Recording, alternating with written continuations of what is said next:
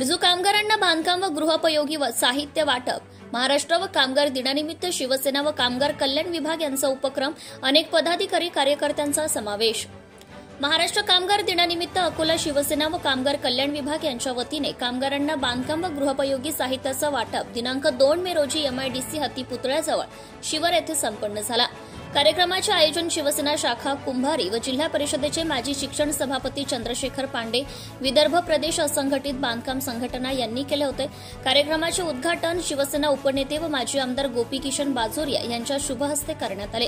कार्यक्रमाचे अध्यक्ष जिल्हा अध्यक्ष श्रीरंग पिंजरकर, प्रमुख पाहुणे ग्रामीण जिल्हाध्यक्ष अश्विन नवले, महानगर अध्यक्ष अॅडव्होकेट पप्पू मोरवाल, मोहम्मद सलीम, मोहम्मद कासम, महिला जिल्हाध्यक्ष उषा विरक, जिल्हा उपाध्यक्ष गोपाल म्हैसने, तालुका प्रमुख विजय वानखडे, माजी जिल्हा परिषद सदस्य बाळासाहेब तायडे आणि माजी जिल्हा परिषद सदस्य गजानन पुंडकर, तालुका संघटक रमेश थुंकेकर, जिल्हा प्रसिद्ध प्रमुख शंकर जोगी, डॉक्टर रामचंद्र डोंगर, विजय दुतोंडे, रेखाताई राऊत, नितीन मानकर, डॉक्टर गणेश बोबडे, उत्तम डुकरे, प्रवण तायडे, ठेकेदार मोहम्मद सलीमभाई उपस्थित होते।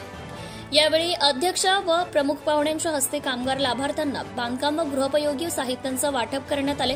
दरम्यान आयोजक व माजी जिल्हा परिषद शिक्षण सभापती चंद्रशेखर पांडे गुरुजी यांचा मंचावरील उपस्थित मान्यवरांच्या हस्ते सत्कार करण्यात आला। अनेक पदाधिकारी कार्यकर्त्यांनी शिवसेनेत प्रवेश केला।